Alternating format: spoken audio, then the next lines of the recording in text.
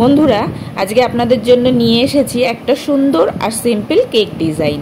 চলুন কেকটা শুরু করা যাক। আমি কেকটা শুরু করতে প্রথমেই ক্রিমটাকে রেডি করে নেব। আর এই ক্রিমটা আজকে রেডি করছি দু রকম ক্রাশ দিয়ে। আপনারা যে কোনো একটা ক্রাশ দিয়েও করতে পারেন, যে ফ্লেভারের আপনারা কেকটা করবেন সেই ক্রাশ দেবেন। আমি এখানে নিয়েছি পাইনঅ্যাপেল আর নিয়েছি স্ট্রবেরি ক্রাশ। এরপরে আমি কেকটাকে সুন্দর করে লেয়ারে কেটে নেব। তো লেয়ারগুলো আমার করা হয়ে গেছে। এইবারে টার্ন টেবিলটা পরিষ্কার করে আমি সবচাইতে ভালো লেয়ারটা নিচে দিয়ে দেবো। আর এই লেয়ারিং করার সময় মনে রাখবেন, আমি আগের ভিডিওতেও বলেছি, প্রত্যেক লেয়ারে কিন্তু সুগার সিরাপ দিয়ে সোক করে নেওয়াটা জরুরি।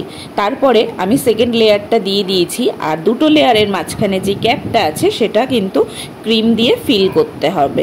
এরপরে আমি দিয়ে দেবো ফাইনাল লেয়ার বা লাস্ট লেয়ারটা। তো এটাও আমি ক্রিম দিয়ে জাস্ট ক্রাম কোট করে নেব। আর খুব কম ক্রিম দেওয়ার আপনারা চেষ্টা করবেন।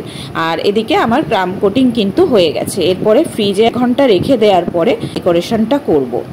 আর এই যে ক্রিম দিয়ে ফিল করে নিয়েছি। এখানে কেকটাকে আমি হোয়াইট কালার রেখেছি, সেই জন্য ক্রিমের মধ্যে কোনো কালার মেশাইনি। আপনারা চাইলে আপনাদের যেটা মনের মতো কালার হবে সেই কালার দিয়ে কিন্তু আপনারা কেকটা তৈরি করতে পারেন।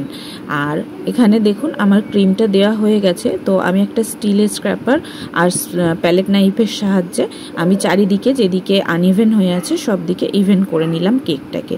আর তারপরে লাস্টে আমি কিন্তু কেক বেস মানে কেক বোর্ডটা সুন্দর করে পরিষ্কার করে নিয়েছি একটা ভিজে কাপড় দিয়ে। এরপরে আমি একটা হালকা ব্লু কালার বা হালকা নীল রং দিয়ে চারিদিকে জাস্ট একটা করে বল করে নেব। আর তার মাঝখানে আবার ডিপ ব্লু দিয়ে ছোট ছোট বল করে নিচ্ছি। এরপরে আমি একটা ছোট্ট প্যালেট নাইফ নিয়ে কালারগুলোকে এইভাবে একটা সিম্পল ডিজাইন দিচ্ছি। আপনারা চাইলে এখানে ছোট নজল দিয়ে ছোট্ট ছোট্ট করে অন্য কিছু ফ্লাওয়ার বা নজল ওয়ার্কও করতে পারেন।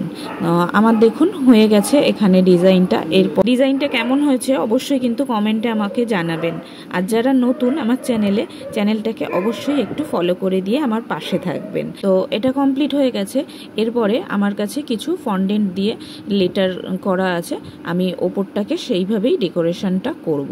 আপনারা চাইলে যে কোনো ডেকোরেশন ওপরে করতে পারেন বা কিছু নজল দিয়ে ফ্লাওয়ারও এঁকে দিতে পারেন, সেটা আপনাদের কাছে।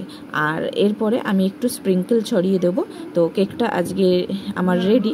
আর আপনারা এরকম সুন্দর সুন্দর ভিডিও দেখতে চাইলে অবশ্যই কিন্তু আমার চ্যানেলটাকে সাবস্ক্রাইব করে দেবেন। আর আজকের কেকটা কেমন হয়েছে সেটা কিন্তু জানাতে ভুলবেন না। ভালো লাগলে একটা লাইক করে দেবেন। আজকের জন্য এইটুকুই। Thank you. ভালো থাকবেন সবাই। বাই।